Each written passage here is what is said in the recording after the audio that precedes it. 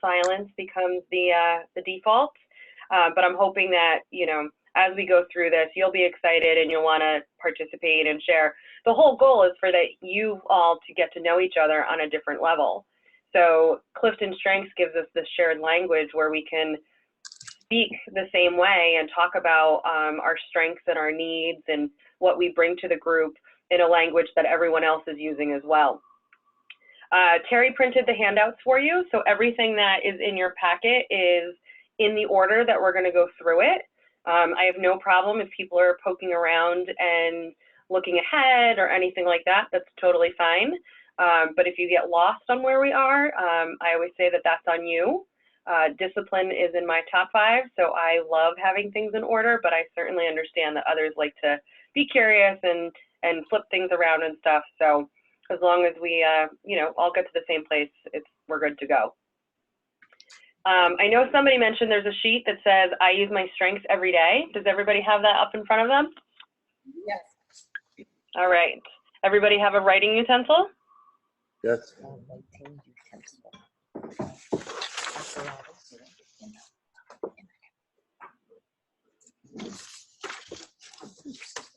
All right. On that sheet of paper, I'd like you to write that sentence, I use my strengths every day, as many times as you can in 30 seconds. All right? Go.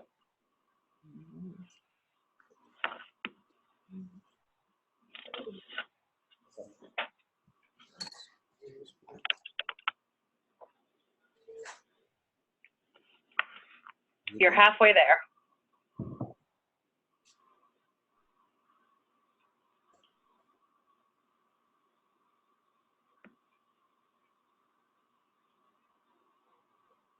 Three, 2, and 1.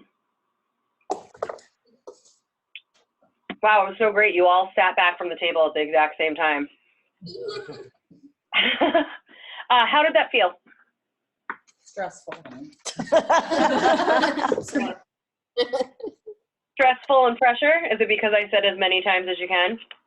Yeah. Yes. Yeah. The time limit. Any other reactions? It's a longer sentence than you realize at first. Ah, okay. It's about to get longer. I like competition, so I thought it was fun. That 30 seconds went by real fast. Competition, is that I don't know. that's a story. Yeah, it is. It's not. Oh, it is? Mm-hmm. I think that you should have reward cards so that when we go through a competition, we will be rewarded. Ah, did I say it was a competition? No. No. Maybe. Yeah. Because it's not a competition. But everybody automatically thinks that, so I'm okay with that. I'd like you to put your pen in your non-dominant hand. Yikes. And for 30 seconds, I'd like you to write that same sentence, I use my strengths every day, as many times as you can. And go. I didn't know how to do this. I can't even read. Everything backwards. My R is backwards. I You can't need a write. mirror, Scarlett. I know. I'm Da Vinci. It's not an X. I look like Oh my a 2-year-old writing. Oh. I don't know how my son can write with both hands. I don't know how he does it. Wow, that's so impressive. I can't even read one. 3, 2, and 1. Whoa. Oh my God, Daryl! Wow. Oh, yours is way better than I that. didn't even Lots of finish ball. one. What? Lots of ball. I didn't even finish one. It's readable. It got more readable. See, you were missing it. E is backwards. It was more readable than that. So see, start practicing. amazing. That's beautiful. Oh, like you can actually read that though. So how did that feel? Odd. That was fun. Hilarious. Okay. That was fun, hilarious, odd. I personally liked when somebody said my arm is backwards. My And letter. the, I wrote my S's inverted. yeah, anybody hold the writing utensil differently? This is what it's like to be a 3-year-old. That was not Mm-hmm. I heard somebody say that their son can write with both hands.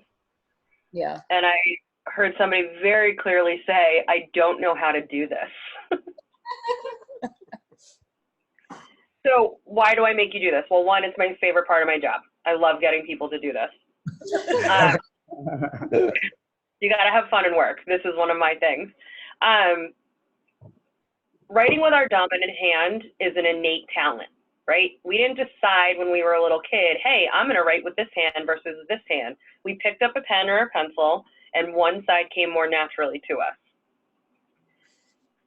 Strengths is the same thing. There's things that we do naturally, and how do we then develop those to become an even better version of ourselves? If I was to say to you from here on out, you can only use your non-dominant hand to do anything, how would that change how you approach things in your day-to-day? Better start Wouldn't be practicing. easy.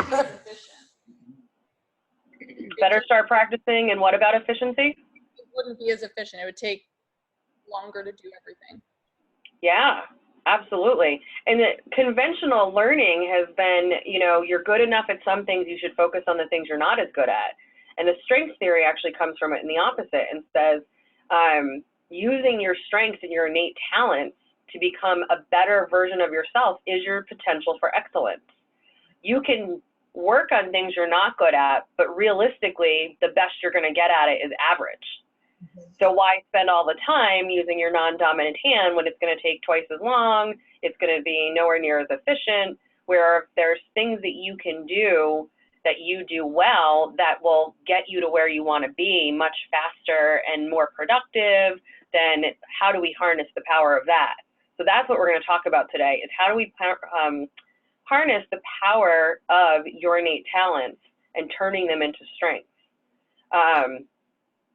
I know I personally don't even hold a cup with my left hand. I'm that bad at it.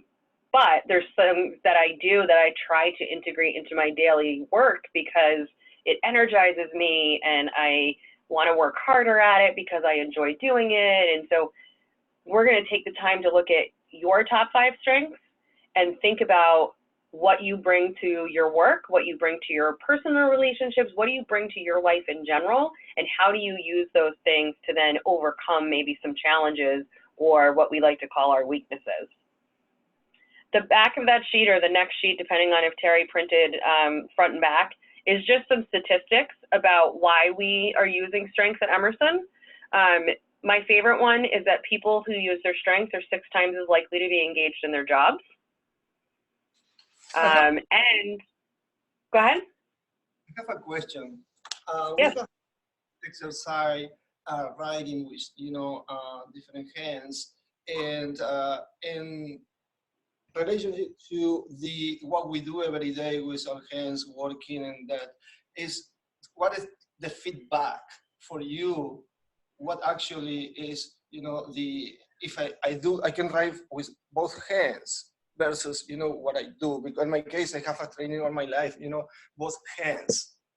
In balancing my strength, both hands, but that's what I say. We did an exercise, I see the feedback somewhere, very hard for that, but actually we're using every day. I use my cup, with my right hand or right hand. What is the feedback for that?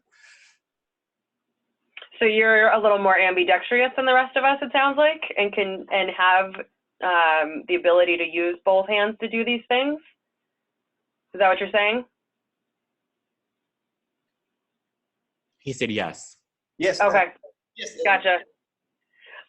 Then that particular exercise may not have been as impactful for the message if you were able to write with both hands. My sister likes to remind me of that all the time, because every time I tried to get her to do this, she said the same thing. But when we got talking about the strengths, let's revisit that question and not so much of the tactical handwriting exercise. Does that sound good? Yep. Awesome. So people who use their strengths every day are also 3 times as likely to report having an excellent quality of life. If anybody in the room does not want to be one of those people to report having an excellent quality of life, this is your time to exit. I've never had somebody stand up, so I'm glad that I didn't see anybody move. There's more statistics on that sheet for you. I'm not going to go through all of them.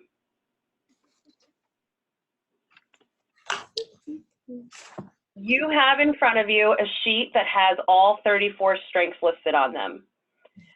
They are in alphabetical order. Just so you know, I did actually have somebody complain once that all of theirs was on the second page, not realizing they were in alphabetical order. So now I always preface it. I'd like you to either circle or highlight your top 5 strengths on this sheet.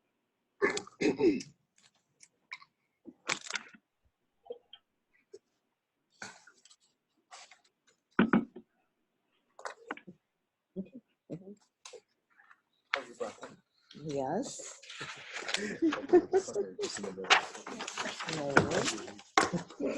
Least prepared.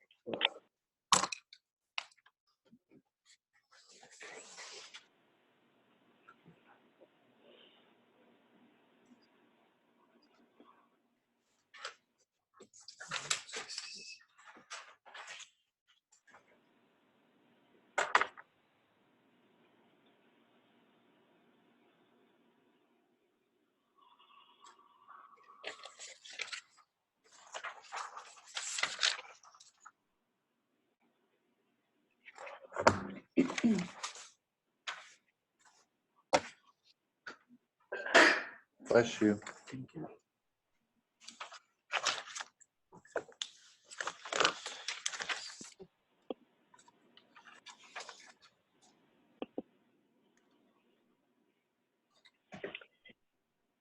Everybody find their 5? Yes. All right. So the first reason that I ask you to do that is because the hardest part, in my opinion, about the strengths development journey is remembering your top 5. And so by circling or highlighting them, it is a visual reminder for you of what those 5 are. We all have all 34 strengths, so I don't want to hear anybody say something like, oh, well, I don't have any focus. Because we do, we have all 34 of them, but our top 5 are our loudest. What we don't know from Gallup is a numerical value behind them. So my number 1 could be 100, my number 2 could be 90, my number 3 could be 80, and so on. Annie's number 1 could be 80, her number 2 could be 79, her number 3 could be 60. We don't know. We just know that these 5 are the most dominant for you. Strengths are neutral. So as we're going through this, if you see a word or you hear one and you're like, oh, I wouldn't want that one, or oh, I would love that one, all 34 strengths are valuable, and all 34 strengths are generally neutral.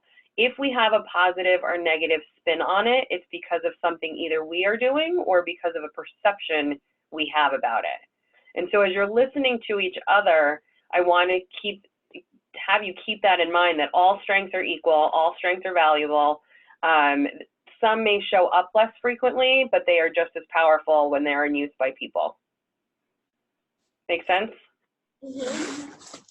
Fun fact, I have strengths for 383 Emerson staff members, and I always use focus as an example because only 9 of the 383 have focus in their top 5. Oh, wow. So for your report, some of you have it printed, some of you have it on a computer. We're going to spend about 5 to 7 minutes, and I want everybody to read through at least 2 of their paragraphs. And while you're doing it, if you are on paper, I want you to highlight words or sentences that you agree that really describe you well. You can star or underline some things that maybe you don't agree with, or maybe it's more of a situational thing. Sometimes it applies, sometimes it doesn't. For those on the computer, if you just want to jot some notes down on, the back of one of your sheets or however you want to do it, ultimately, it doesn't matter to me if you use underlining, stars, highlighting. It's your sheet. As long as you know what's happening, that's good for me. And then after the 7 minutes, I'll check in to make sure everybody's gotten through at least 2 paragraphs. Make sense to everybody? Yes. All right, it is 4:30, so, or excuse me, it's 1:30 for you. We'll take about 7 minutes.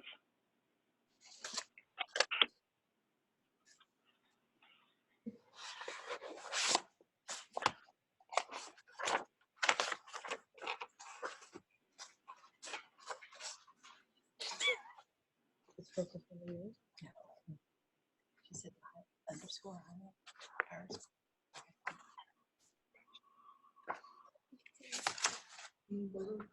Here, on this thing, these little paragraphs. I think it's the. Oh, on this one. On that one. Insight report. Insight report.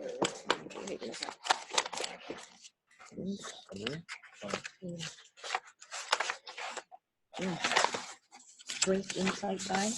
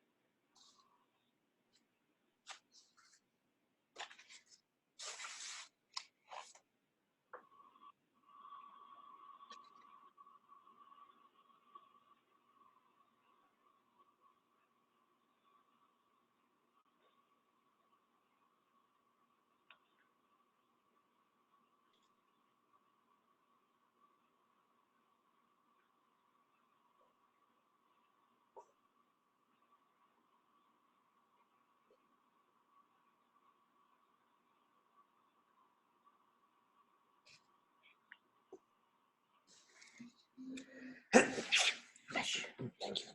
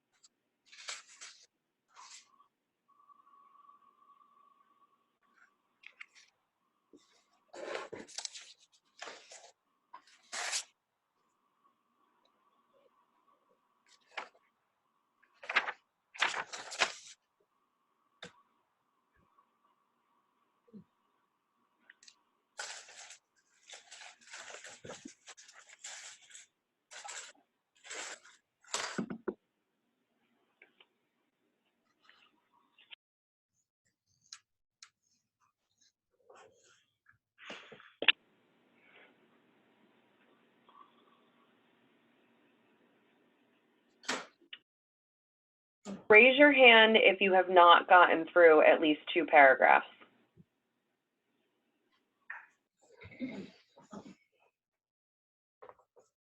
Awesome.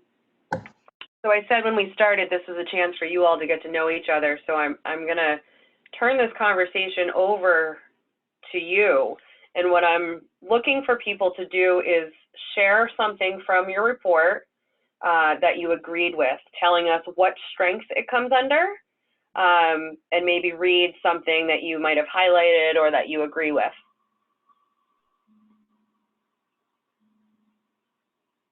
Does that make sense? Mm-hmm. Nobody wants to go first. Oh, is it just out loud or like are we pairing up? I don't know. Maybe out loud.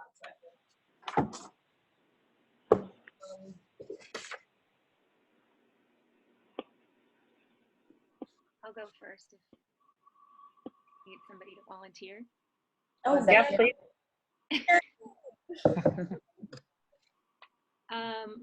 For me, my number one strength is input. So, and it's nice to come back and review these again because some of the details we forget over time.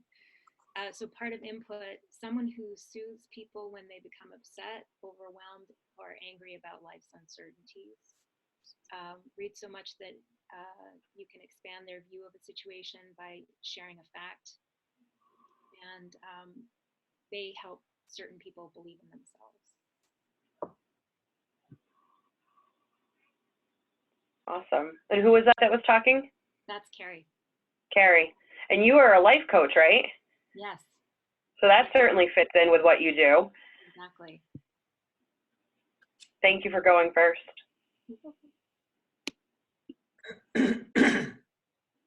Anybody else read their input paragraph? Yeah, mine sounded very different. Ah, imagine that. So I might have forgotten to tell you that these reports are personalized. So they're not going to be the same as somebody else's. So what did yours sound like? Mine was a lot about like communication and vocabulary and the way I use, sort of collect information and collect vocabulary and use it to communicate really effectively. And yeah, acquiring information, using that information to both speak theoretically and have thought-provoking conversations and talk about things that have not been invented, proved, produced, or put into practice. So it was a lot about like using acquired information to both communicate more effectively and also like find balance. Gotcha. Very cool. Any other input, folks? I also have, it's also my number one strength. Same. But again, mine's also very different. Collect information, words, facts, books, even tangible objects. The biggest thing for me is like I like to acquire and compile and file away information. It's interesting. It keeps my mind fresh, and perhaps one day it'll be valuable. I'm someone who really likes really strange fun facts and just knows strange trivia, so it's super accurate to me. Awesome. Out of the 27 people I have strengths for your team, 12 of you have input in your top 5. Hello, I'm Lee. Hi, Lee. My number 4 strength is achiever. It says chances are good that you often labor long and hard to produce excellent results. Not surprisingly, you need to have a lot of independence, solitude, and control over your assignments. Because of your strengths, you'll do a fine job of imparting knowledge to individuals. You need a lot of time preparing appropriate stories, vivid examples, graphic illustrations, and youthful materials to enliven your training session. And it goes on. Wow. But it sounds like me. Sounds like you. I also have achiever, and mine sounds very different. Says, often you see what needs to be done and you do it without being told. This indicates you are a self-starter. You rely on familiar and proven patterns of performing an assignment. You understand the importance of everyone following the rules, procedures, and processes so things consistently get finished from one day to the next, as well as 1 year to the next. Chances are good that you derive much satisfaction from doing things that benefit people, and you typically work as industriously on big projects as you do on everyday chores. Both very productive people, but very different on how you go about it. I also have achiever. I'm Daryl. I do communications here. And mine is a little different as well. Mine says that I make an effort to be friendly and talkative when the situation demands, but I also treasure my work or study time. It also says that I have established a reputation for being well-informed, well-practiced, or well-prepared, and that I dedicate time to my practicing my craft and expanding my knowledge. Awesome. Who hasn't shared something about any of your strengths? It doesn't have to be input or achiever. Hi, I'm Liam. I'm internship advisor. Hi, Liam. My number 2, which I personally think would be number 1, is individualization. And it really speaks to me in terms of how I work with the students on our campus and treat them as an individual person as opposed to, a part of a larger group. And so, yeah. Okay. Awesome. I like what you said about you thought it would be your number 1. We're never in the order necessarily of 1, 2, 3, 4, 5. Depending on what we're doing, we may be calling up a different strength or a different combination of strengths. So sometimes my number 1, I swear, can go down to my number 34. Whereas, my 2, my number 2 is woo, and I love meeting new people. And I sometimes really do believe also that should be my number 1. But it's always fluctuating. And some we definitely dive into more. One thing that I found when reading this is that I think like how I might work with students, a lot of this fits, but it might be different than how I might work with staff or how I might work with friends at home.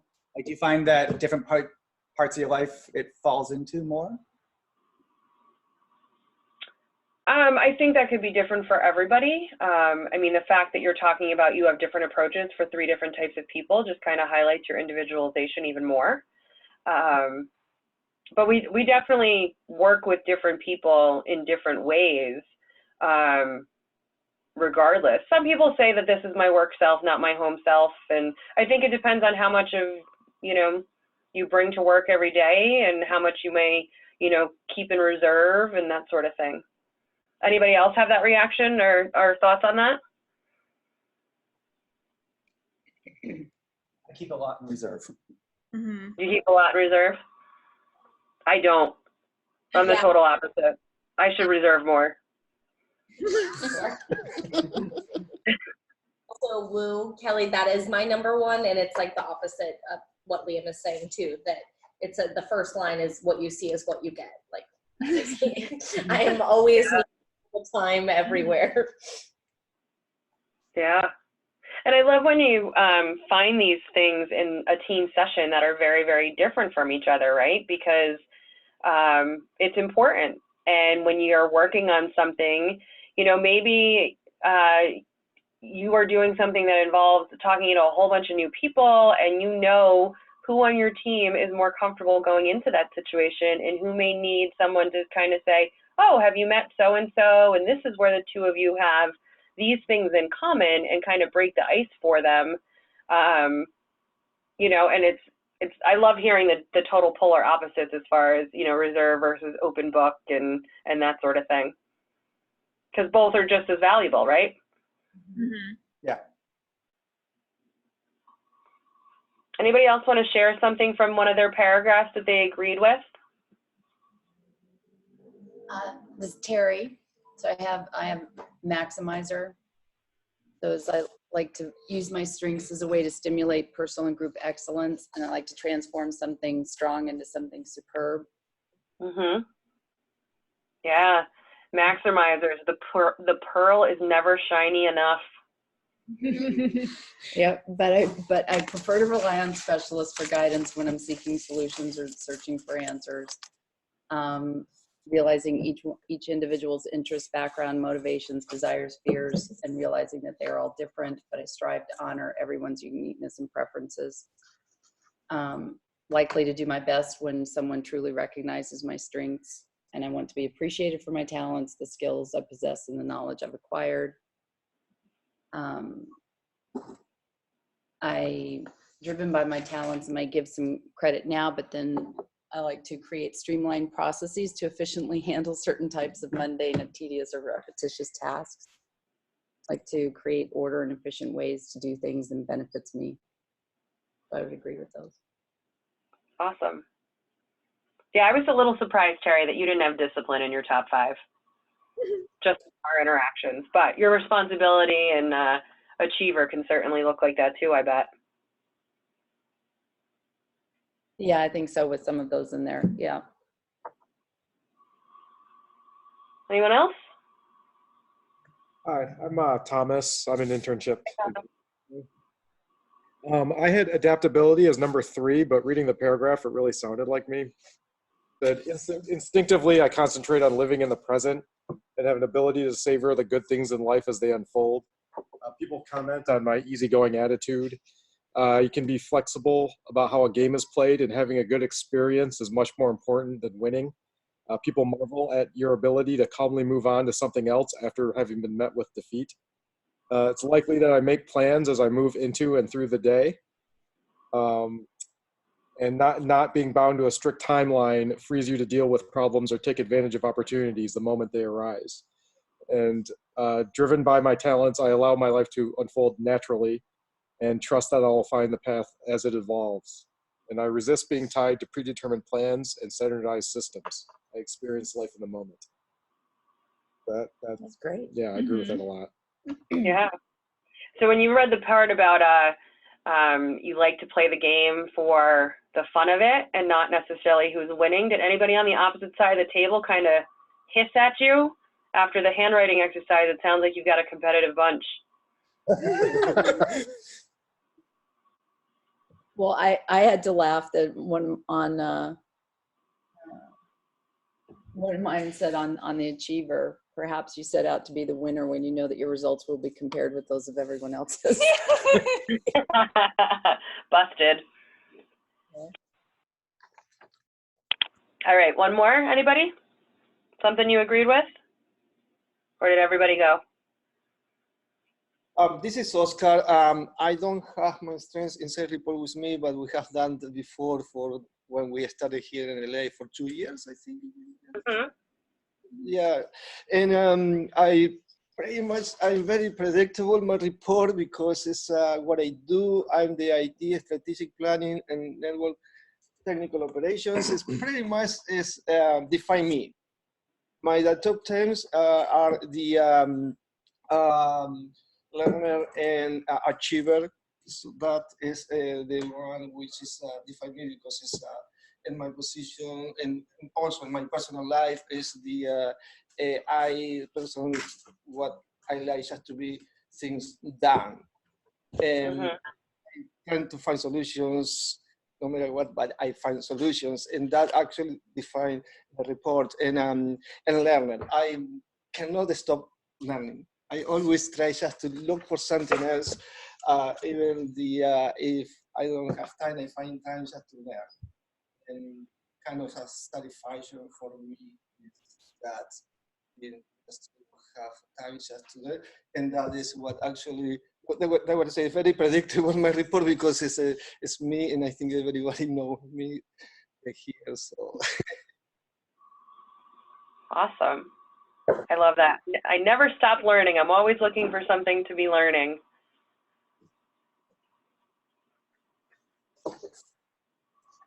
All right, let's flip it. What is something in your report that maybe you did not agree with?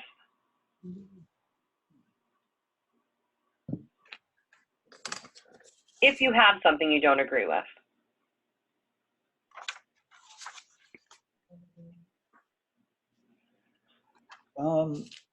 My number 5 is called Realtor, and it says when I have nothing to do, typically I find something to do. That's not true. I can get lost in TV watching and shopping on Amazon. Like, I don't know, like I relish my time where I don't have much to do. And I take Wait, are you saying that shopping on Amazon is not something to do? maybe not during work hours.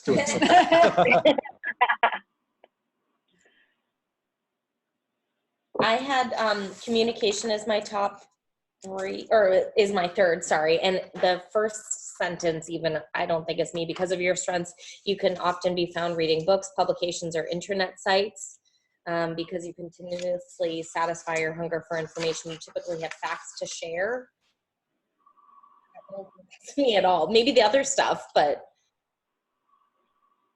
That's fair. It's not perfect, right? oh, totally. It's still some sort of algorithm that they're pulling from. What else do we have that we don't agree with? I have one. So I have adaptability as a 4th strength, and honestly, it's probably the strength I feel most connected to. But in the first sentence, it says you live in the moment. And I'm definitely someone who likes to plan a lot of things, including contingency plans when I know things are going to go wrong, to be adaptable for them. Because it says it afterwards, it's like, you don't resent sudden requests or unforeseen detours. You expect them. They're inevitable. Totally agree with that, because that's why I make plans. So the live in the moment part, I'm just like, I don't know. I don't think I am. All right, that's fair. I think for mine, this is Isabel again. I think for mine, what's interesting, I don't necessarily disagree with it as much as I feel like it doesn't apply to me as much right now as it did when I took the test, like 2.5 years ago. But my sort of top 3, input, intellection, and learner, all kind of speak to the way that they're written for me, really speak to like a hunger for knowledge or opportunities or intellectual conversations. And I think that was definitely the case when I took this, and I think that I've lost that a little bit. And so it was interesting reading this again. Gotcha. So here's why I always say don't cross anything out when you're doing this. I encourage everyone to share your report with someone who knows you well and see what they think about it, especially the pieces that maybe you're like, no, I don't know if I really agree with this, because there's some things that we do naturally that we don't even realize that we're doing it, and others could look to us and being like, wow, they are so good in the moment. They are so good when a topic of conversation comes up. I wish I could be more like them. Again, it's not a perfect assessment, so I'm not saying that there can't be things that, don't apply, but see what other people think of your reports as well.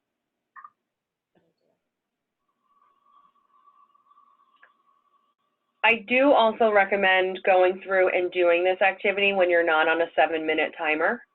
So read through the whole report when you have the time to really go through it. For those that haven't looked at it in a little while, it certainly can bring some things back to light. Or you think about how might that be different from when I took it originally. Part of strengths development is taking, again, those innate reactions and improving on them. So you might have something in your report that you're like, yeah, I used to do it this way, but now I do it this way. You know, it could still be the same thing or same strength theme, but in a more mature version of it. You hope you're not going backwards and becoming a more immature version of it. You know, so think about that as well. So normally what I do with a group when I'm in person is we talk about and compare one of your strength words with someone else on your team that has it. So we've already kind of done that a little bit when people were talking about their input paragraphs before and their achiever paragraphs. So this is something that you all will be able to do on your own. If you were to take, let's see, Terry has achiever and Annie has achiever, you know, you may say one day, you know, let's go for coffee and look at our achiever paragraphs and get to know each other based on that. So it's something you all can do on your own, but I do have an example. So Terry has a sheet that'll have 2 input paragraphs, and I'll put it up on the screen as well. And I want everybody to look at the 2 and see where things may or may not be the same or different. What motivates someone. I don't know if you'll be able to see it on my whole screen, so we'll just use your handouts.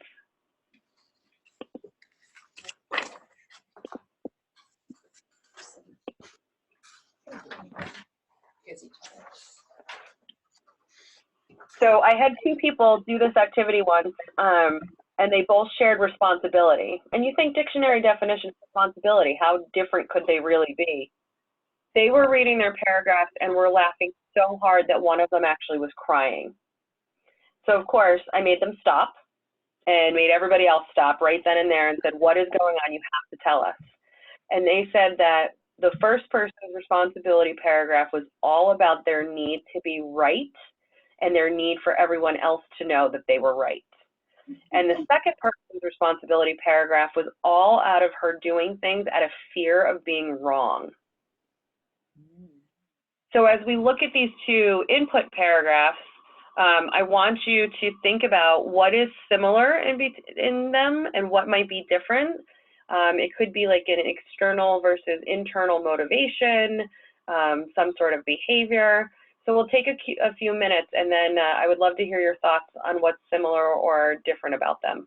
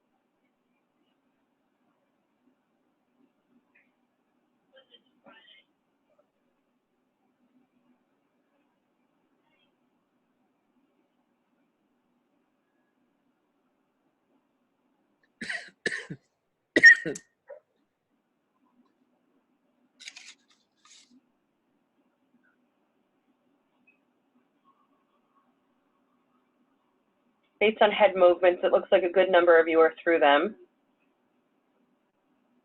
What do we think? They're not the same, huh? No. Any glaring differences to anybody? I thought it was interesting that the first one reads as a distraction from their work, and the second one reads kind of to like complement their work. Yeah. The second one stood out for me. That old saying, it's not a sprint, it's a marathon. More about the journey, not necessarily the destination. So it's really about the learning as opposed to the outcome.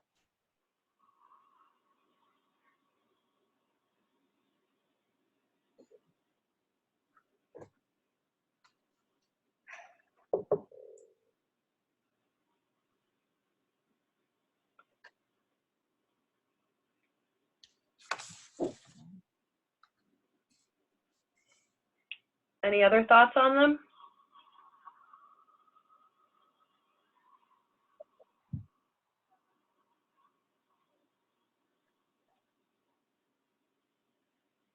I just thought that they were a couple of things that were similar was, you know, that they both like seek company of intelligent, forward-looking individuals on the first one, and expand the knowledge base as, no, that one, not that one. Lively conversations with intelligent individuals stimulate the thinking and abstract complex ideas. And the other first one, seek company of intelligent, forward-looking individuals. So there was a couple of similarities that I saw in there. Yeah. The first one definitely has that forward-looking feel to it, whereas the second one also has a historical view to it. Looking to the past for information versus thinking about the future and the possibilities. These are two members of your team. I'm not telling you who they are, but they are both on your team. So this is just taken from their report, like in the same way that we got it. Yep. I just copied the paragraphs to put together, so that way I wasn't sure how many people we were going to have on Zoom, so I didn't want to have you swapping with somebody in the room with you and then leaving our Zoom folks out. So I thought doing it this way, where you can see them side by side, would be a good option. But like I said, this is something that you all may decide, you know, before the next session, that maybe you meet up with one person who shares a strength with you to do the swap between the two of yours. You know, or maybe all 12 input people decide we need to know all the information at once, so let's all get together and look at our input reports or paragraphs. It's entirely up to you on how you take that from here.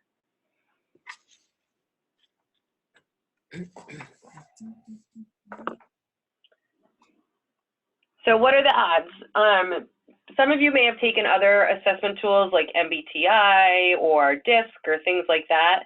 And what I love about the CliftonStrengths assessment is rarely are you going to find someone that says, oh, I share those top 5 strengths also. With the MBTI, there's only 16 different types, so it's easy to find someone. The odds of finding someone with the same top 5 strengths as you in any order is 1 in 278,000. Oh. What's that? We just all said, whoa. Well, then this is going to be a big whoa, because the odds of finding somebody with the same top 5 in the exact same order is 1 in 33 million. Yeah. So do not let anyone ever tell you you're 1 in a million ever again, because they are completely undervaluing you. And you have statistics to back that up. Funny. When I send the follow-up email, I will actually include a link that if you want to register your name, email, and top 5, the site will will notify you if you have a strengths twin somewhere in the world. Yep, it was developed by another strengths coach who lives in England.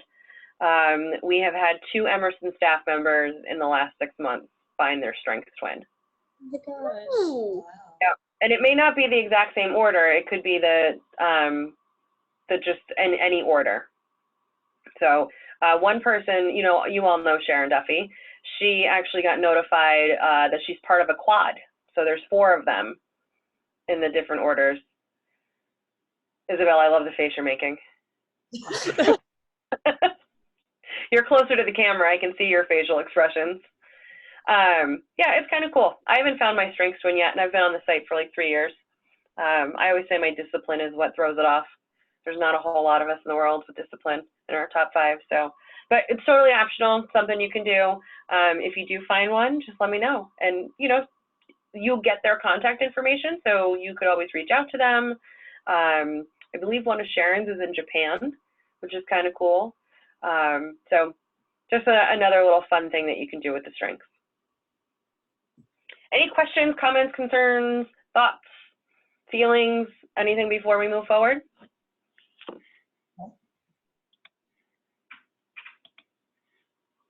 All righty. So the next activity that we're going to talk about is, we call it the basement and balconies, or the brilliance or the danger zone, help or hinders, light side or dark side, if we have any Star Wars fans. Basically, our strengths fluctuate at any given moment between a shining version of itself, a neutral version of itself, or maybe a less than desirable version of itself. Excuse me. We're never in our balconies all the time. It would be awesome if we were. But on the flip side, we're also not in our basements all the time, because it would be trouble if we were. And learning about your strengths and where these edges can be, again, is important because, excuse me, again, it gives you room to grow. I am an activator. That is my #1 strength. I am only speaking for myself as an activator when I say this, but I have always said my biggest weakness in life is the fact that I am the most impatient person in the entire world. The only other person that may agree with my statement 100% is my sister, and maybe my mother. When I read my strengths report on my activator paragraph and started to think about the fact that my impatience, when used correctly, is really one of my greatest superpowers, because I can instill confidence in a group to be like, you know what, we have enough information. We are ready to move to the next step. That was really powerful and transformative for me, and that's why I became a coach, because I wanted to help other people find these things about themselves, and how do you turn around something that maybe you've always looked at as a negative and realize the power in it. Excuse me. So it becomes this whole self-awareness piece, and then how are you expressing it, and then how do you regulate it? So sometimes you may, you know, if I'm with Annie, I think it was Annie who was talking about being a woo. She and I go to a party, right? And we've got Liam with us, who's a little more reserved, and Annie and I are bouncing around from person to person to person because we love meeting new people, and we have forgotten about poor Liam, who maybe is not ready to meet and share all his information with these other people. We need to kind of regulate that behavior and say, okay, we have, and I'm making it up, Liam could be great at meeting people in a party situation. But it's important for us to remember how we're expressing that woo behavior might need to be regulated for the people that we're with. And so it's this constant circle of self-awareness, self-expression, and self-regulation. The other piece of it that I started to talk about a little bit before is strengths are neutral. So if I'm doing something and somebody's looking at it as a negative, it's because of how they're perceiving it. I could think I'm being super helpful, and they could think I'm the biggest pain in their butt, right? As an activator discipline combination, what do I love? I love meeting deadlines, because that means there are actions that need to be taken, and they have to be taken by a set time. Not to make assumptions about anybody in the room, but sometimes deliberative and analytical and intellection are strengths that need to think a little bit more before they're ready to make a decision, right? Deliberative folks, they want to make sure they have thought about the potential obstacles. What problems might come up? What solutions may they need in place? Is there security for this? All of these things, right? And they could look at me saying, no, we're not ready to move. I realize the deadline is Thursday, but we are not ready. We do not know enough. And so how do I regulate that behavior when I'm working with somebody with those strengths? Make sense? And I use this example because my sister has both analytical and deliberative in her top 5. And I have always said that she is the most indecisive person on the planet, which is usually the response I give when she tells me I'm the pushiest and bossiest, right? Our relationship is very different when we started to appreciate this about each other. I now look for people that have that deliberative, analytical viewpoint to say to them, I think I'm ready to go, but am I missing something? Right? They're the partners that I need to make sure I don't go walking through a glass window because I thought the door was open because I didn't take the time to look. You know what I mean? And so it's this regulation. And I love the quote at the bottom, a truth ceases to be a truth the moment two people perceive it, right? That example where I think I'm being super helpful and someone else thinks that I'm being a royal pain in their neck because I'm pushing them to make a decision before they're not ready. So on these handouts, I want to say before we start flipping through them is that these are not personalized like your reports. So some of the things on the basements and balcony sheet are not going to sit well for you. You might not agree with them, you might not think they're you, and that's totally fine. But there are going to be some things in those basements that do describe you, whether you want them to or not. Some of them can be rather humorous. And I'm going to ask everybody to go through for each of your top 5 strengths to highlight the basements and balconies that you think describe you. Ask questions as we go along. It doesn't have to be complete silence while we go through this. But we'll spend again about 7 minutes or so going through and looking at your basements and balconies for each of your top 5 strengths.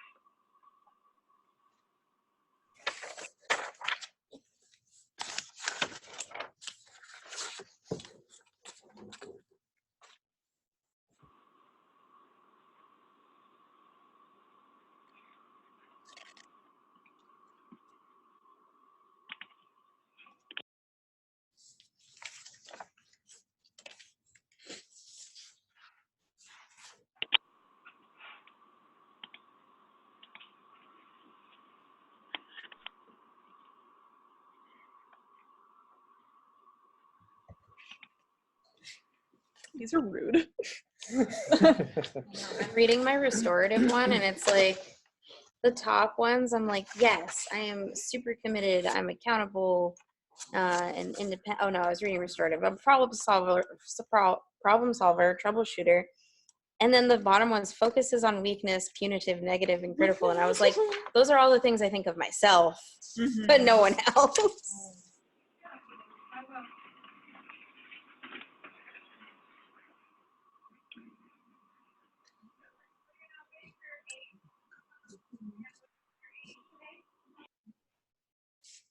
Kelly, I have a question. Yeah. Like balcony and basement, more how others perceive our like great things that are things that need to be worked on, or how we perceive it, or both? I would say both. Because for some of like the basements especially, like I could see how it could be perceived that way by others. But and it goes back to your point of like self-regulating. Yeah. Well, and again, if if you're having a conversation with someone and they let me start that over. If I think about somebody that maybe I don't always get along with, and I might think, oh, I know that they have this strength and they're totally in their basement, right? I could choose to ignore that, or I could say to them, hey, I think that our strength may be the cause of where we bump up against each other. Can we look at it together? And if I said to somebody, for activator, one of the basements, one of my personal favorites is that you're out in left field because no one else has caught up to you. And I say to, you know, whoever, like, this is where I think that our problem stems from. And they say, well, sometimes I just wish you would explain your thinking so I know why you're moving forward. Right? And it could be that, again, they were viewing me as being in the basement, but all they needed for me to not think that was they wanted to know why I had made the decision, why I took that action, and you can move past it. Yeah. Well, thank you.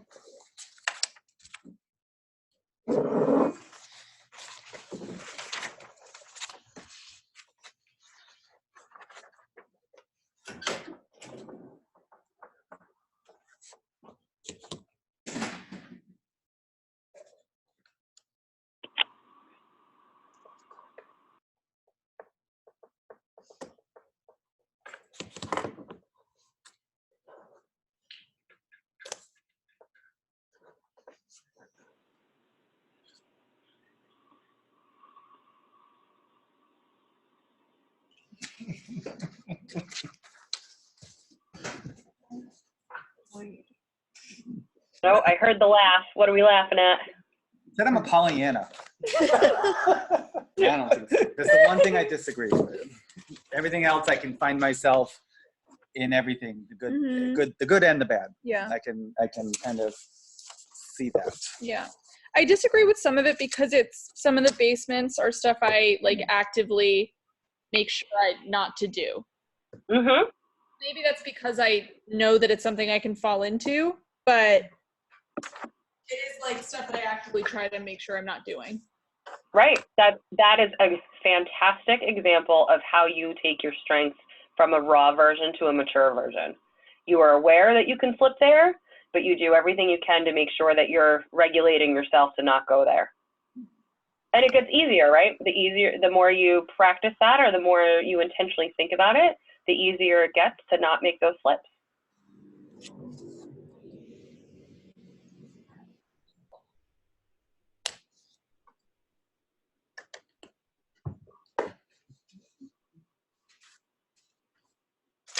Everybody get through the majority of theirs? Yeah. Mm-hmm. I will say it's kind of weird because I can't see as well to know like how far people are. So if anybody wants more time, please let me know. That's okay too. All right. So again, this is a chance to get to know each other. This is also a chance to brag a little bit, right? We don't spend enough time talking about what we do well. So I want to start with the balconies, and just talk about what balconies did you highlight for yourself, so that the other members of your team can hear that, and maybe some of them will even be like, you know what, she or he, they really do that well. And you can just shout them out or go around in a circle, however you want to do it.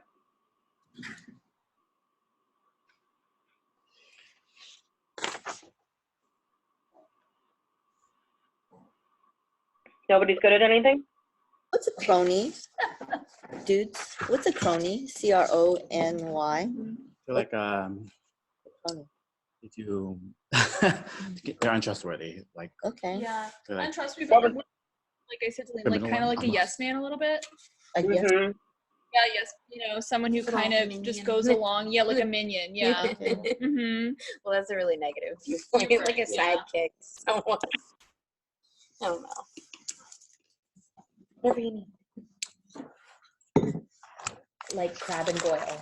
Mm-hmm. Yes. Yeah, Crab and Goyle is a great example of cronies. I was thinking like What dictionary.com says. Oh, do you know? Thinking Quickly. I was gonna be like, wow, interesting. People don't get that reference. So let's focus on our balconies. What are we good at? Who wants to talk? Because I don't sweat the small stuff. Yeah. I'm a little jealous. Do we just want to go around since bragging is hard?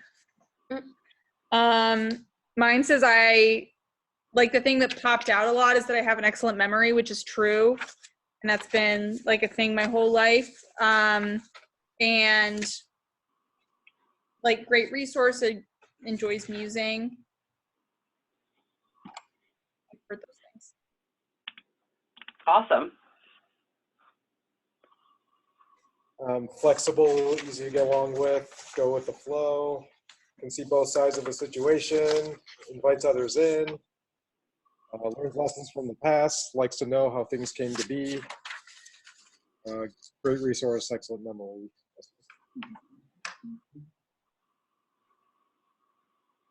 Are we going by the row? Okay. Okay. Under consistency on the balcony, it says just problem solver, policy taker, Maker. a maker. I don't know if I'm really like that.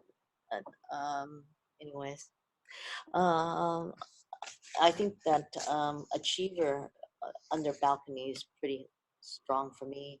Tireless, strong work ethics, leads by example, go-getter, hungry. I'm always hungry. Yeah. Same. Both. Yeah. For me, competition, I think, is a good one. But I think I like the driven, motivated number one. I'm not a sore loser. I'm definitely a team player. So, I think it's both on my part. Some of the ones that stood out for me were strong work ethic, hungry in terms of food, creative, enjoys musing, capable of deep and philosophical thought, able to work alone, interested in many things, finds life intriguing and intuitive. Awesome. Balconies. Okay.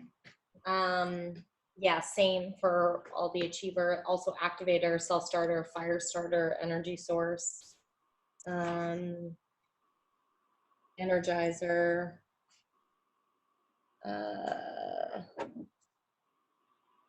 So then under empathy, creates trust, brings healing, knows what to do or sometimes knows what to do or say, customizes approach to others. And then under woo, outgoing, people-oriented, network, rapport builder.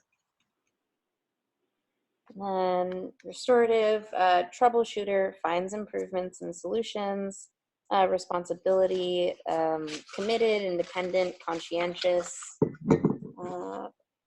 ideation, improves on the existing, which relates back to my other strength, which I thought was really funny.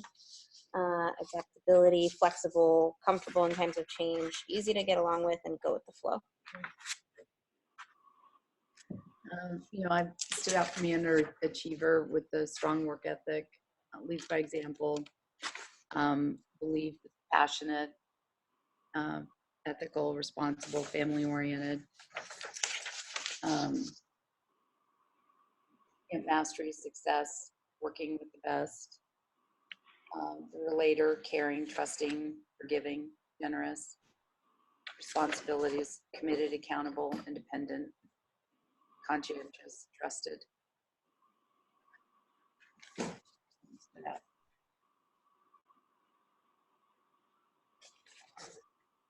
that the end of our circle? Yeah. Unless Harry, I didn't know if anybody was in the corner. How'd that feel to talk about what you're good at? Well, I only gave one example, so I guess it's not very good. Yeah, same. I did not read a lot of them. It's much easier to Well, you guys, that you might be critical about than things that I think it's harder to see the good in yourself, and it's easier for others to see the good in yourself. I 100% agree with that statement. Yeah. So before we talk about the basements, I want to put this out there. One of my favorite phrases is positive vulnerability.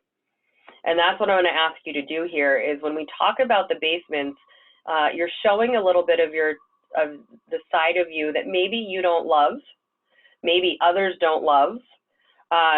But ultimately, by talking about it and thinking about where you have that room for improvement and how do you then shift that basement up into more of a neutral and then eventually up into a balcony is all about the growth. And that's what the team is trying to do as a team, is to grow. So you do not have to share if you don't want to, but I encourage people to maybe talk about one or two of their basements, putting yourself out into that vulnerable space, but knowing that this is a positive conversation and a way for you all to get to know each other. And then you'll be able to think about, okay, well, maybe this is where I can partner with Isabel, because she said that this was a basement for her, and the opposite is really a strength for me. So how do we partner on that sort of thing? So we don't have to go around in a circle. And again, you don't all have to share if you don't want to, but I would love to hear what some of the basements were that you identified with. For me, it was interesting because some of the basements were stuff that we talked about, especially for like context and input and intellection and learner, where it's, you know, stuff that I'm aware of and have actively sort of figured out how to work around. Whereas the basements for communication hit home a little harder. And I think that like with, you know, show off always needs attention. I think that it like, those are things that I'm afraid of portraying. And so it's the reason I didn't feel as we were going around in the circle, didn't feel as confident to like go through my strengths or my balconies and stuff like that. I think, you know, not feeling super, knowing what my strengths are, but not feeling super comfortable being very open about them. Fair.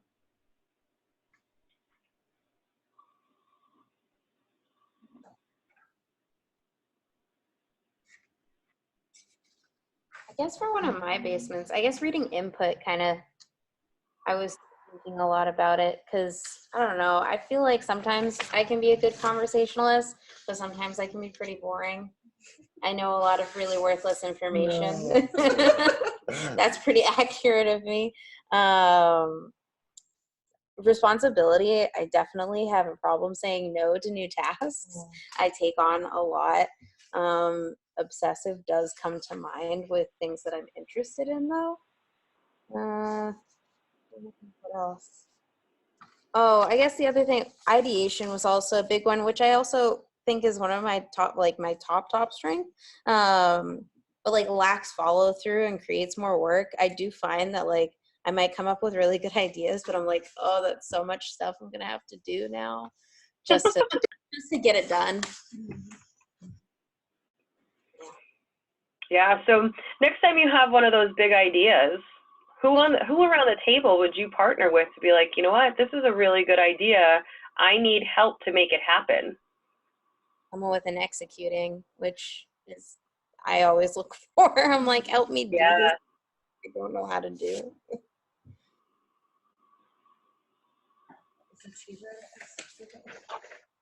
Yeah, so as someone that has achiever as one of my top, like all of the basements rang through for me. Overcommitted, can't say no, burning the candle at both ends, like all of that very much for better or for worse. And then same thing with the activator, that in left field, like I'll find myself starting to have a conversation with someone, and like Chad isn't in the room, but I'll tell him that I said this, and Chad will be like, what are you talking about? Because I'm like already 5 steps ahead. So I realize that is others' working styles. Yeah, it happens to us, right? Especially the activator communication combo.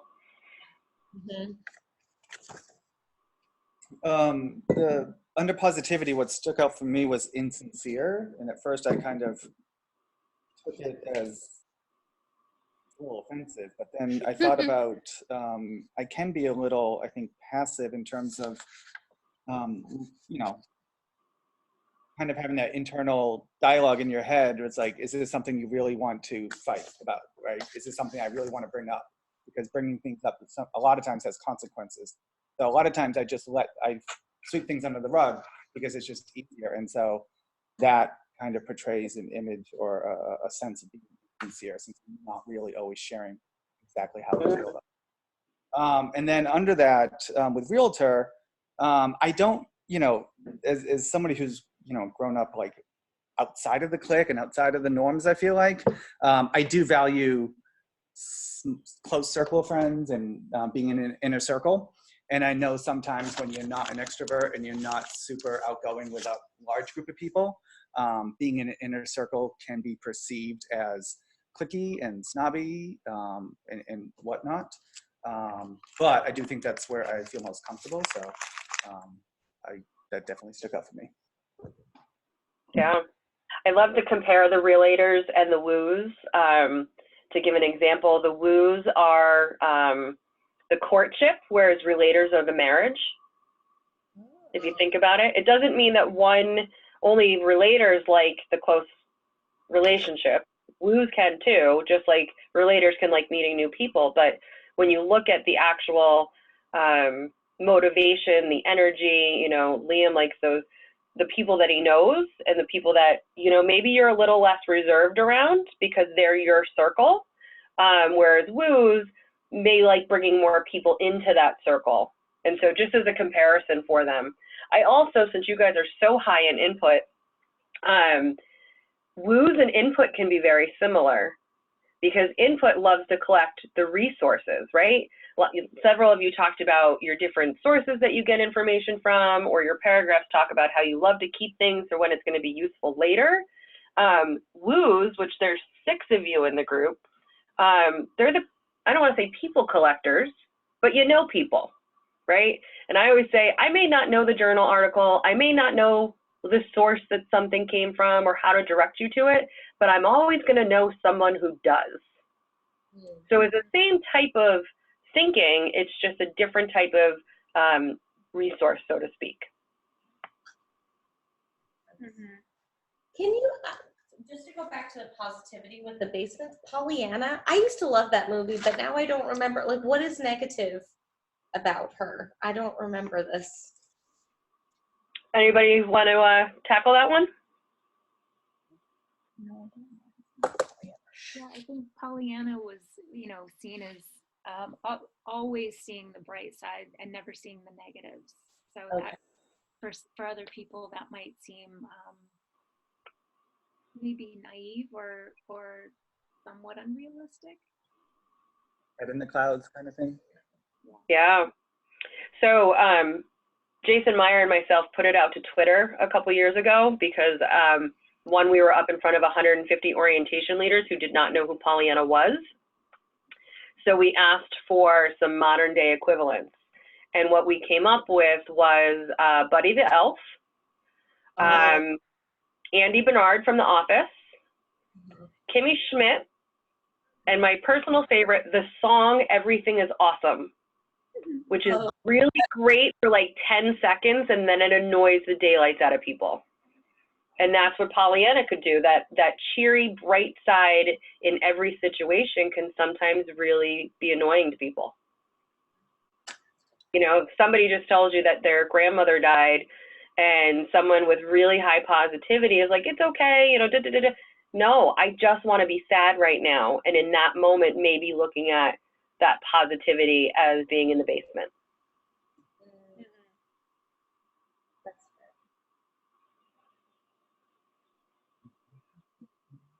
Here's what I would like you to do. I want you to pick one of the basements that you talked about or that you highlighted, and then look at the balconies of all 5 of your strengths. And where can your balconies help you modify that basement?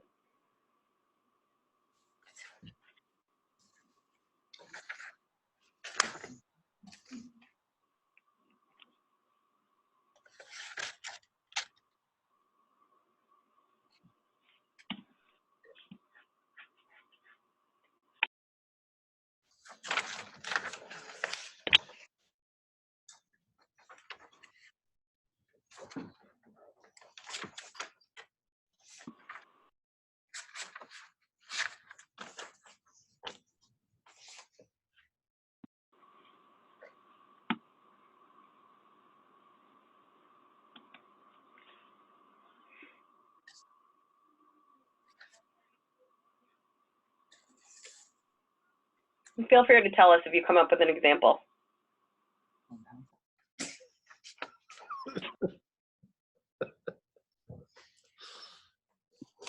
And share an example.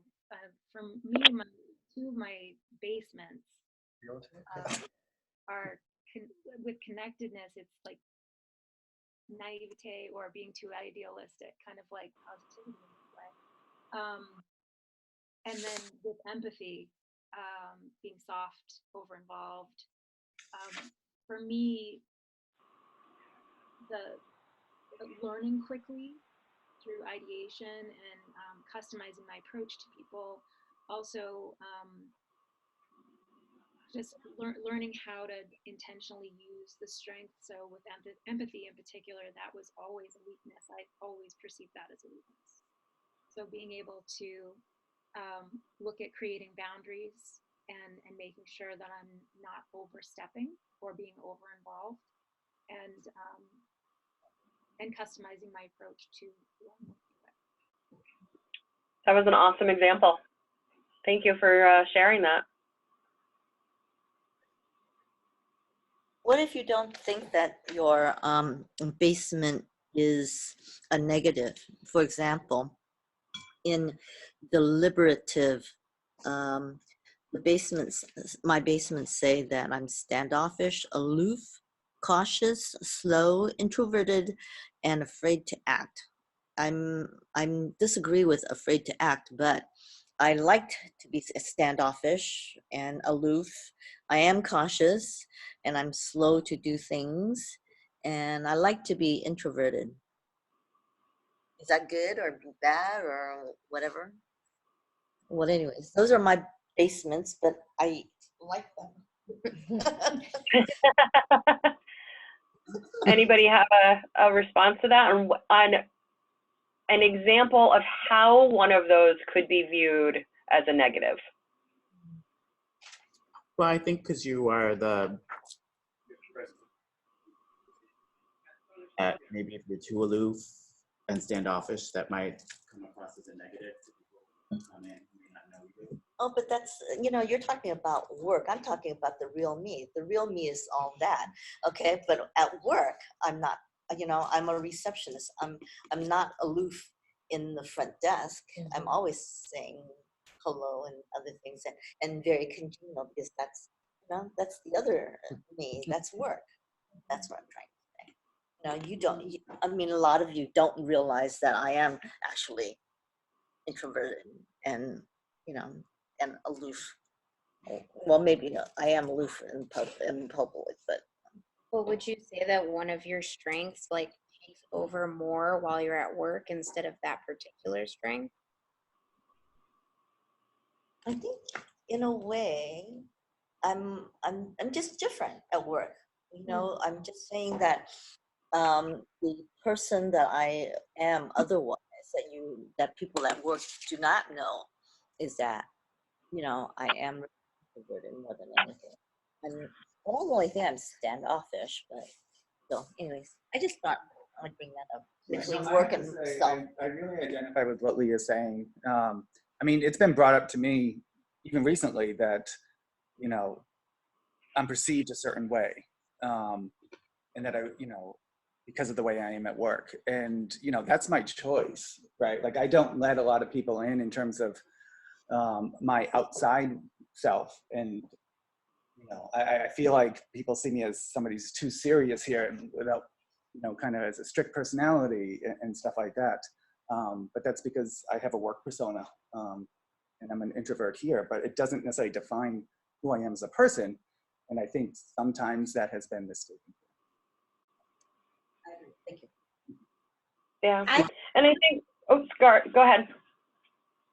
Well, circling back to Lee's, the basements for her deliberative, you're also, one of your strengths is relator, which is the balconies are caring, trusting, a great friend, forgiving, and generous, which I think that maybe takes over more when you're at work. Yeah, I think because then you can, that's how you sort of build trust and with the students and all the people that you see who come in and then who know you. Yeah.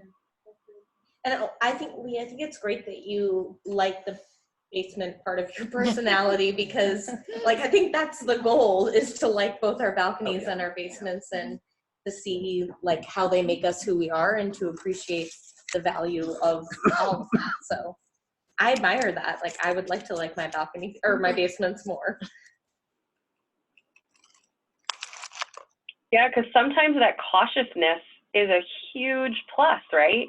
There are situations where you need somebody to be that cautious person and you know, think of things that somebody else might not have thought of. So again, these are just potential moments depending on the situation, depending on who you're working with, depending on what's happening. We are never our basements all the time.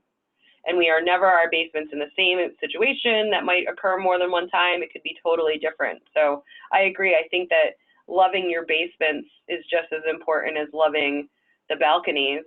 And I loved the call out of how the relator kind of overshadows that basement when you're in the work situation, because you know, you are a caring person and showing that to the students that you're working with and everything else.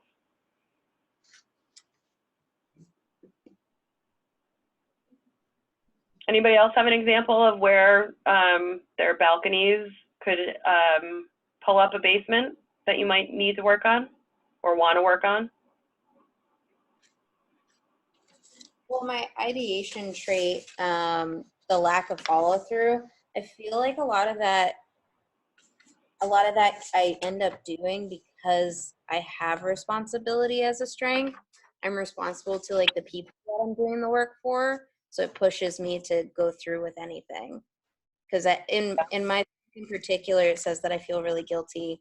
There's no excuses. It has to be done. And if I don't do it, then I feel really bad. Yeah, it's your go-to strength, right? When you need to be productive, that's the one you go to. Keep thinking about these. You may also find that, you know, in your report or something, there's a phrase or something that you're like, you know what, this is kind of me when I'm in a balcony or a basement, or this really helps me, this really hinders me. Feel free to mark up that sheet or add your own, or, you know, any of those things, because it's, again, this one's not personalized. I didn't go through and pull things out based on your report, so they're not all going to sit well with you, and that's okay. The important piece is when you start to think about how you can help, again, that regulation to make sure that, you know, if you're being aloof, that it's not hindering you in the situation that you're in. If you are being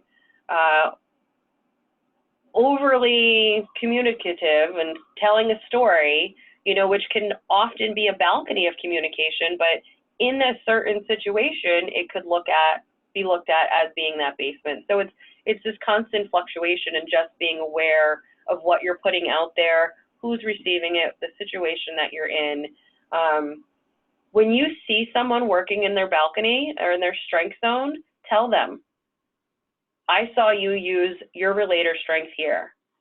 I do not recommend saying to somebody, excuse me, you're in your basement.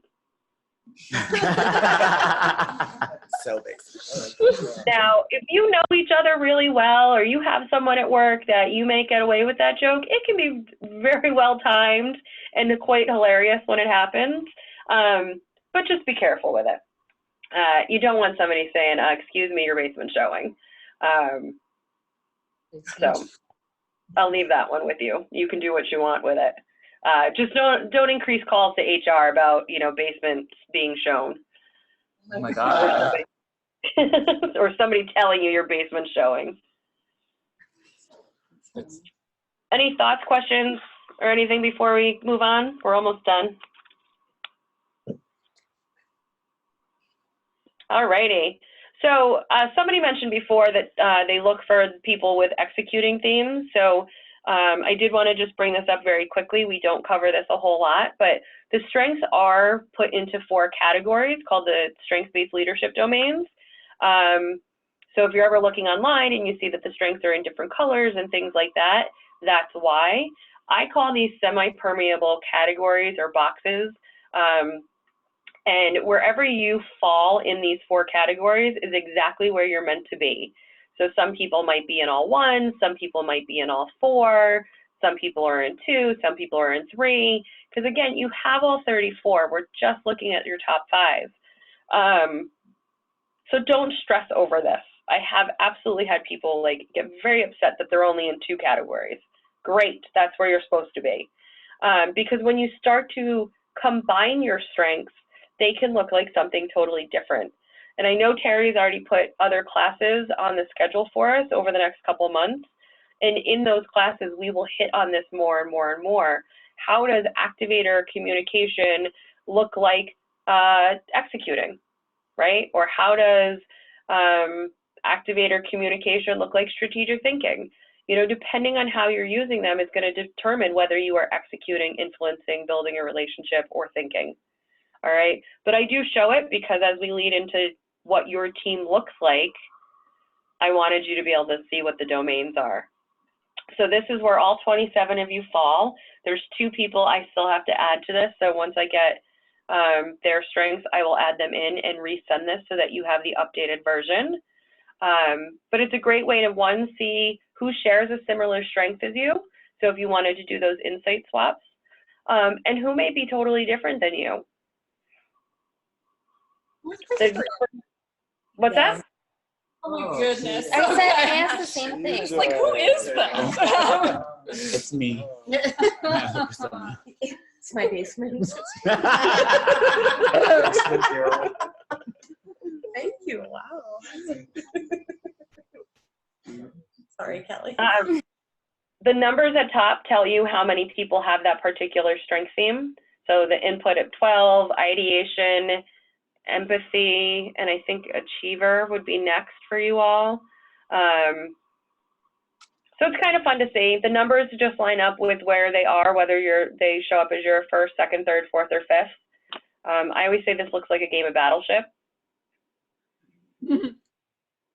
I think there's only 2 that this group, 2 out of the 34 that no one has in their top 5. Arranger and significance. Any reactions when you see the grid? Very strategic. Relationship. Yeah. Yeah.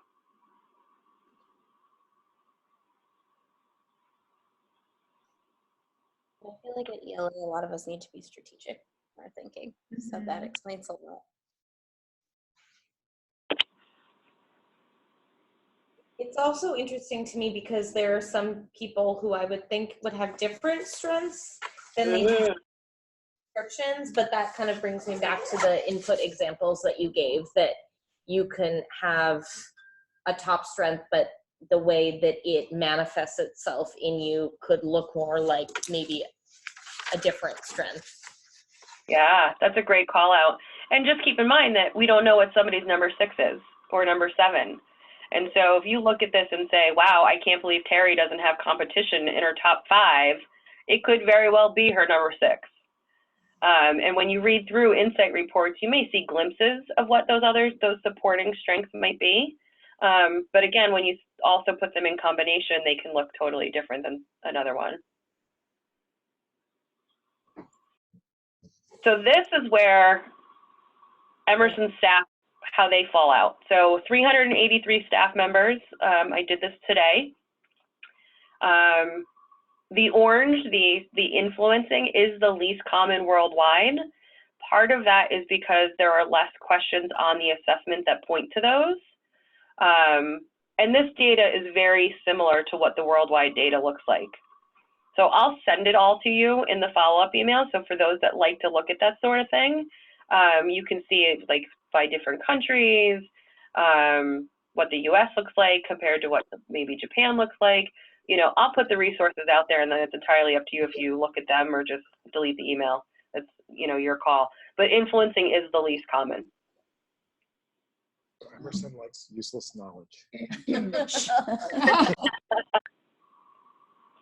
Or they like having the knowledge to then make it useful.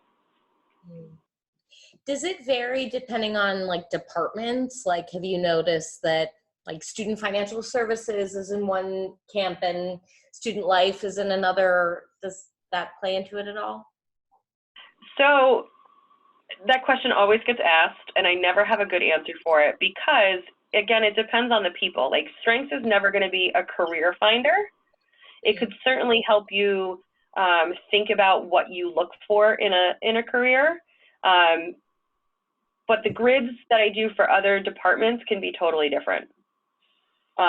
Or they can be totally the same. It's all going to depend on who those individual players are. I do have, and I'll make a note to send this, I had done in the fall a breakdown by division of the college. I don't remember, I know that some of you aren't on it for ELA, but I'll send it to you as is, just so you can see that there's no real big differences. You know, there might be a department like alumni, right? They are more orange, right? What are they doing? They're influencing people to give us money. So there are definitely, there's more orange in there. The counseling center, the last time I did it with them, they are very red, right? And everybody's surprised thinking they're going to be all the relationship building, but they're not. They are analysts. They are not trained to build connections with people in that relationship building way. They are supposed to be impartial and think through things. And so their team grid was very, very red. Those are the big ones that have always stood out to me. But it's different. The library, yeah, input is very high in the library staff. No surprise, they are drawn to resources, right? So out of like 21 of them, I think 18 had input in their top 5. So it's across the board. It's definitely across the board. But it is kind of fun to see. And like I said, focus continues to be the least common for the Emerson staff.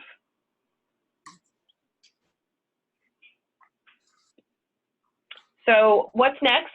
We only have a couple minutes left, so I just want to go through this. Put your strengths somewhere where you can see them, you know, so that it keeps it top of mind, whether that's, you know, a sign on your desk, which I'll send you. I have table signs that you could hang up somewhere.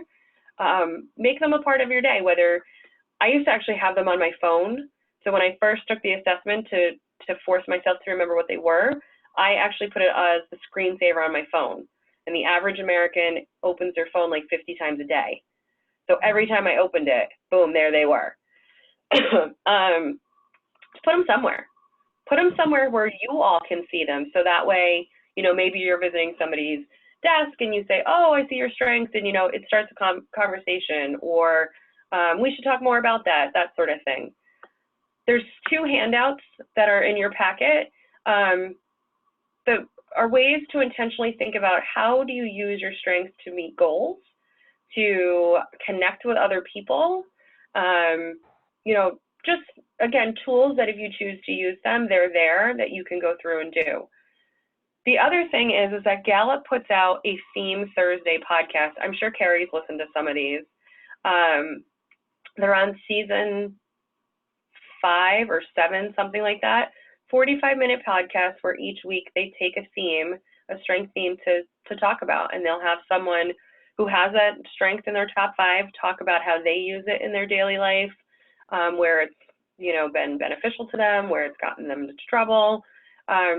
So if you want to learn more about yours, go through season 1 and think about, you know, okay, I want to learn a little bit more about my ideation. Listen to a Theme Thursday. And then each theme, they just add on to it. So it's certainly something that you can do as well. The other thing is we mentioned Terry's already scheduled these for us, which is awesome. I have a total of 5 classes. The next one is called A Deep Dive into Your Top 5. This talks about understanding what your strengths bring to the world, what your strengths need, and how do you have a conversation with someone about the needs of your strengths. You know, for me, who likes expectations, I like deadlines. How do I say that to someone? And then we start to think about how your strengths work in combination. How do you describe the power of your strengths, that sort of thing. So I hope that you'll come back for those later classes. I think it's like 4 or 5 weeks out. Do you remember, Terry? It's March 12th? Yeah. March 12th. And those are... So, like I said, I will send a follow-up email so that you will have the handouts as well as a copy of this, the link to the Strengths Twin site, you know, a couple different resources for you. I'll also send a quick survey link if you can tell me what you thought of this, so that way we can continue to improve it. But if at any point, if you think of something, if you want to know more about